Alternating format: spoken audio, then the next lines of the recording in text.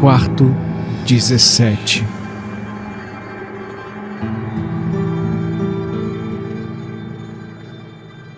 Eu odeio o paciente do quarto 17. Trabalho há mais de 6 anos como enfermeira num lar de idosos com demência. Você pensaria que eu já tinha visto de tudo. Ah, como eu estava enganada. Rames se mudou para o quarto 17 depois que Davina faleceu. Mais de 1,80 m, magro, com mãos grandes, cheias de veias e uma voz profunda e rouca. Agora, frágil como um graveto. Eu imaginava que devia ser intimidante na juventude. Na primeira noite, me apresentei. Ele ficou em silêncio, encarando o pé da cama. Mal educado, eu pensei. Desisti. Coloquei o jantar e uma xícara de café na mesinha e virei para ir embora, quando uma agonia ardente explodiu nas minhas costas. Café quente. Nunca vire as costas para mim, ele rosnou, sorrindo. Eu não denunciei. Pacientes com demência às vezes têm surtos. Agora eu sabia por que o resto da equipe evitava o quarto dele. Na manhã seguinte, ele estava na mesma posição, olhando fixo. Perguntei o que queria no café da manhã. Silêncio. Virei em direção à porta e então um objeto pesado acertou a minha cabeça. O sangue encheu a minha mão quando levei a ferida. Não vire as costas para mim. Eu saí correndo, dizendo depois que tinha batido a cabeça na borda da janela. Na noite seguinte, entrei de mansinho no quarto dele. Ele estava acordado, banhado pela luz da lua, olhando para o mesmo ponto no pé da cama. Virei para ir embora, e aí senti um tranco de dor diferente de tudo. O hálito dele no meu pescoço. Eu avisei 2 vezes. Quando a faca afundou nas minhas costas, eu desabei no chão antes de tudo ficar escuro. Acordei no hospital, rodeada por médicos e alguns colegas. Contei tudo, determinada a proteger todo mundo do Rames. Os rostos empalideceram. Meu colega Toby finalmente se virou para mim e falou: "O quarto 17 tá vazio desde que a Davina morreu." Puxei o ar numa respiração longa e trêmula, engolindo em seco para tentar me firmar. Então, virei pro leito ao lado do meu. Rames estava lá, encarando o pé da cama, sem expressão. Fiquei imóvel. Eu não ousei virar de costas. Nunca mais.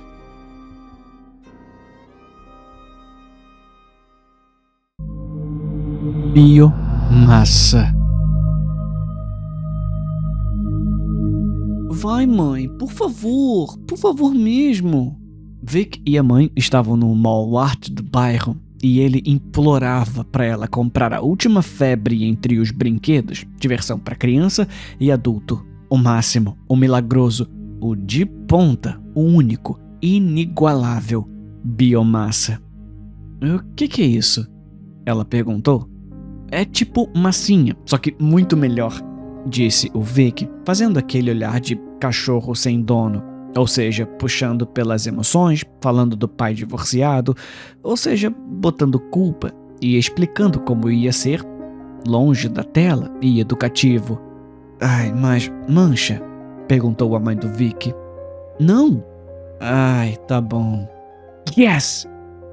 Vic deu um grito de comemoração. Mas isso conta como parte do seu presente de aniversário, tá? Você é a melhor mãe do mundo. Quando chegaram em casa, Vic agarrou o biomassa e desceu correndo pro porão com ele, deixando a mãe trazer todas as compras sozinha. Ele tinha visto horas e horas de vídeos online de gente fazendo coisas com aquilo e não acreditava que agora ele tinha um próprio. O kit vinha com 3 potes de massa. Amarelo claro para os ossos, marrom esverdeado para os órgãos e rosa para a carne. Eles eram, respectivamente, duros e frios ao toque, molhados de forma meio nojenta e quentes, macios e emborrachados. Vic deu uma olhada no manual de instruções, que explicava com entusiasmo que ele podia criar vida ilimitada apenas pela imaginação. Aviso: anime com responsabilidade. O processo de criação era simples: usar qualquer combinação das 3 massas para moldar alguma coisa. Qualquer coisa. Depois, colocar a peça pronta numa caixa especial, ligar a tomada e esperar meia hora. Vic testou primeiro com uma bola de massa de carne. Quando ficou pronto, ele tirou e segurou nas mãos, ondulando, antes de esfriar e ficar imóvel. Uau! Depois fez um bonequinho com coluna e braços. O jeito como aquilo se movia, debatendo os membros sem ossos e tentando desesperadamente pular para longe, até a coluna estalar e se despedaçar sob o próprio peso. As pessoas faziam todo tipo de coisa online. Existiam canais inteiros dedicados à biomassa, coisas divertidas, como fazer criações correrem uma contra a outra até desabarem porque não tinham pulmões, ou obrigar uma a lutar contra a outra. Um cara tinha uma live em que conseguiu manter uma criação alimentada com água e viva por mais de 3 meses e ainda ensinou ela a falar. Ela dizia: "Me mata, por favor." Ela repetia sem parar. Aí tinha a parte obscura da internet, sabe? Salas vermelhas pagas em que criações eram torturadas de forma criativa para o entretenimento de quem assistia. Tutoriais de como criar monstros e coisas muito, muito pior. Como as criações não eram humanos nem animais, tinham os mesmos direitos que plantas, o que significava que você podia fazer qualquer coisa com elas. Um dia, depois que já tinha ficado bom em fazer criações funcionais, Vic acordou com gritos. Correu até a sala, onde uma das criações estava tentando esfaquear a mãe dele com uma faca. "Me ajuda, por favor!" ela gritava. Uma das mãos tinha sido cortada. O rosto estava roxo de tanto apanhar. Ela escorregava o tempo todo no rastro do próprio sangue. Vic pegou o celular e começou a filmar.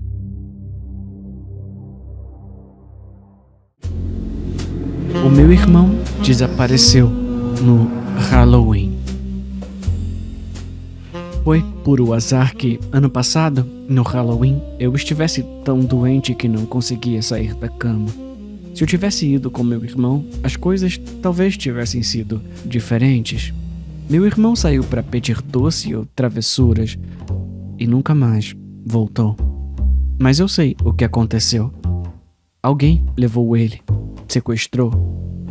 Tá mantendo ele em cativeiro agora. Eu tenho certeza. Sabe, tentando me animar, ele foi me mandando mensagens o tempo todo. Atualizações. As casas com os melhores doces, casas para evitar. Então eu tenho um mapa exato do caminho que ele fez. Hoje é Halloween de novo. E eu vou encontrar o meu irmão. Eu tô fantasiado de ninja, tudo preto, igual meu irmão estava. Eu preciso conseguir entrar e sair dos lugares sem ser visto, principalmente quando achar ele. Eu começo mais tarde do que você pensaria.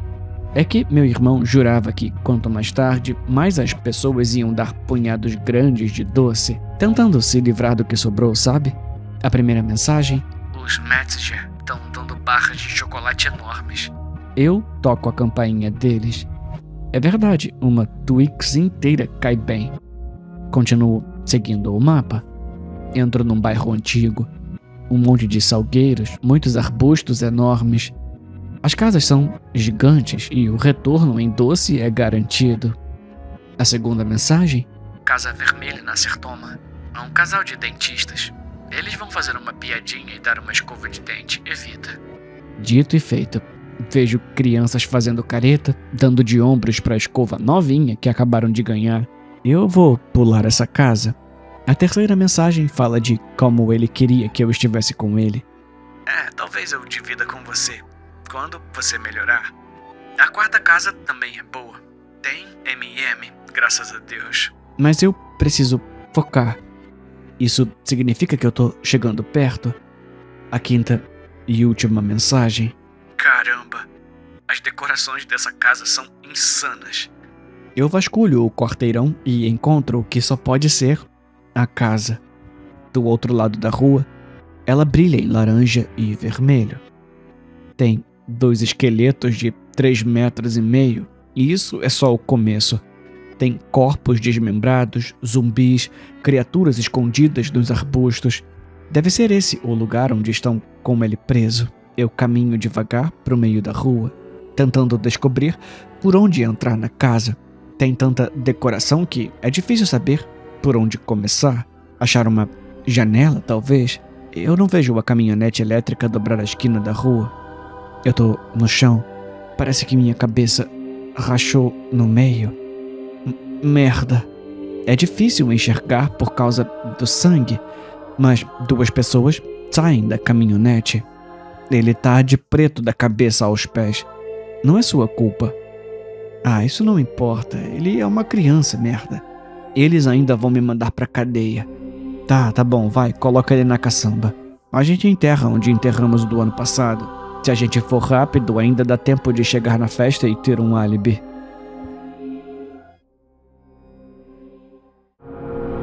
As palavras. Depois que tudo aconteceu, meus pais me defenderam, claro. Eram só palavras, ditas com raiva no calor do momento. Nada mais, nada menos. Quem ainda tiver coragem de culpar o meu filho pela morte da Lily pode ler o laudo da autópsia. Eu mando imprimir numa camiseta se precisar. O pai esbravejou no dia de ação de graças, 4 meses depois que ela morreu.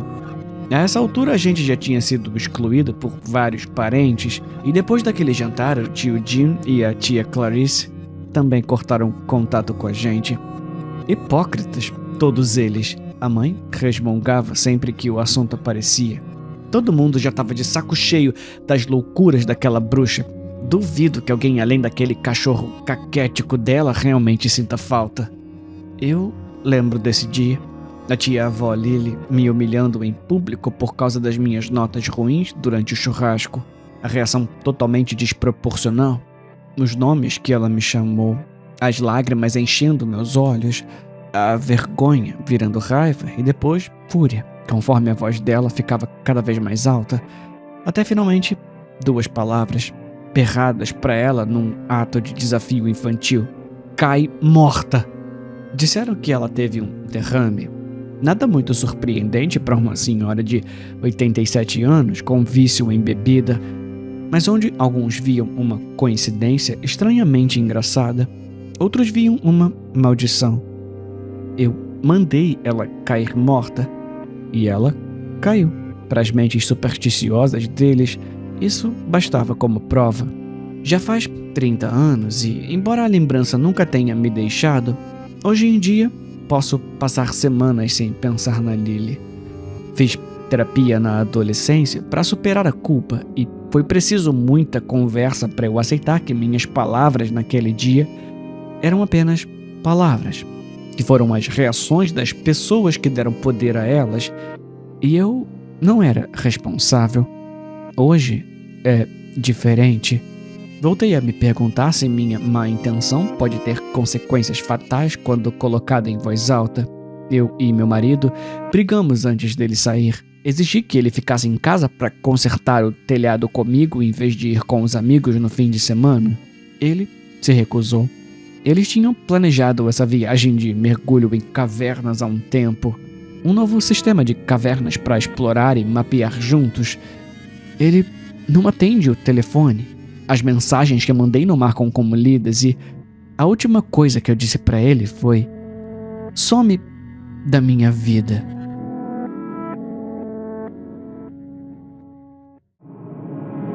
O amigo imaginário do meu filho lembra de mim. Mamãe, o Sr. Bigodes pode ficar para jantar? Eu congelei. O prato escorregando da minha mão e se espatifando no chão da cozinha. Meu filho de 5 anos estava na porta, agarrado ao ursinho de pelúcia gasto.